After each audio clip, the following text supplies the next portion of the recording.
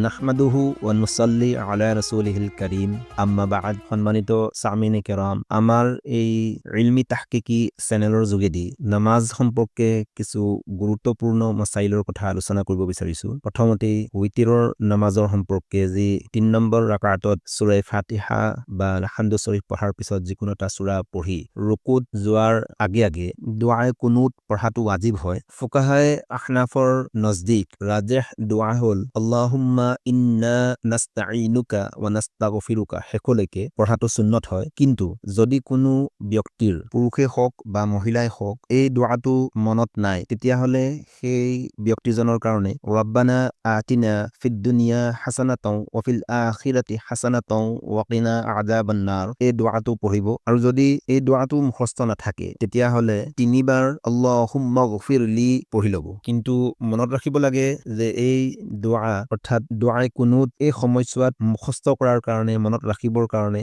চেষ্টা কৰি থাকিব বা কোশিশ কৰি থাকিব। আৰু যেতিয়া সেই ব্যক্তিজনৰ এই দুআই কুনুত মুখস্থ হৈ যাব, তেতিয়াহ'লে লগালগে ইয়াৰ ইহতিমাম কৰাটো সেই ব্যক্তিজনৰ কাৰণে উত্তম হ'ব। যদি কোনো ব্যক্তি নামাজি ব্যক্তিৰ যদি দুআই কুনুত মনত নথকাৰ কাৰণে বা ইচ্ছাকৃতভাৱে যদি কোনো ধৰণৰ দুআ নপঢ়ে, তেতিয়াহ'লে সেই ব্যক্তিজনৰ নামাজ সম্পন্ন নহ'ব বা আদায় নহ'ব।